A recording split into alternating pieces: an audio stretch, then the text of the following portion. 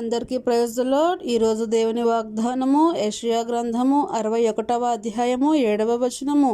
మీ అవమానమునకు ప్రతిగా రెట్టింపు ఘనత నందుదురు. ప్రియులారా, దేవుని వాక్యము ఈ రీతిగా సెలవిస్తూ ఉంది. ఈ లోకంలో నీ జీవితంలో ప్రియమైన సహోదరి సహోదరుడా, ఉద్యోగం రాలేదని, వివాహం జరగలేదని, సహోదరులు గర్భఫలం పొందుకోలేదని కుటుంబముగా సమాజంగా నేను అవమానిస్తూ ఉంచున్నారా?